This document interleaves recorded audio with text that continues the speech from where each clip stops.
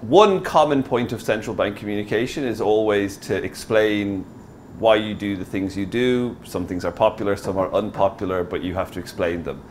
Of course, there's a huge difference. The financial markets, they are looking at every word, looking at it closely, and most people in their day-to-day lives won't go to the central bank website to see the latest statement.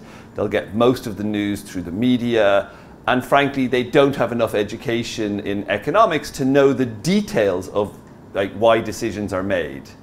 That said, it's still really important to talk to both groups, particularly at times when you make unpopular decisions. It's really important that a decision is explained so people can at least understand that there's an institution that is trying, mostly, say, on monetary policy to fight inflation. But it is a completely different game because, like I say, one group of people are paid to look at everything you do. The other group of people, when given the choice, would probably rather watch cat videos on YouTube than read central bank communication.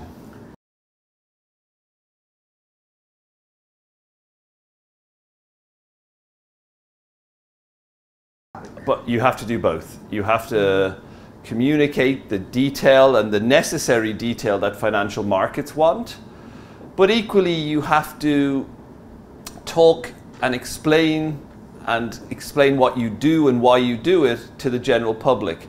Central banks, if you go back 40 years, central banks talked to nobody if they could.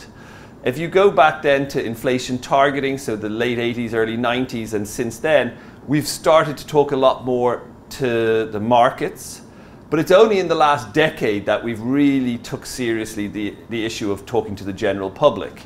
And so I think our knowledge is much greater on how we talk to markets.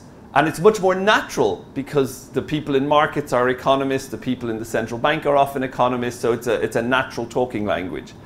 We are learning gradually how we can better talk to a general public.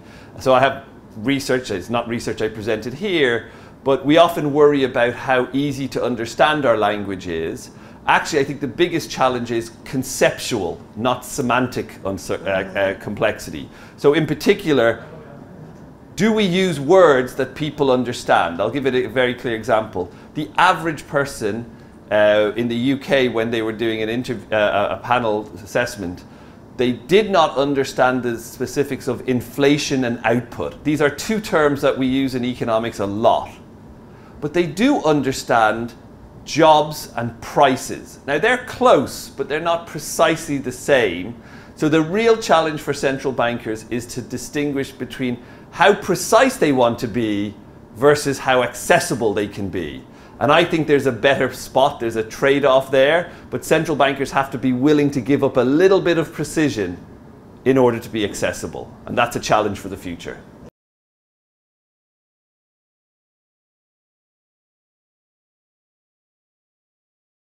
I don't know if I have a strong view on whether surprises, financial market surprises, are acceptable or not. They are simply a reflection of different information and different beliefs.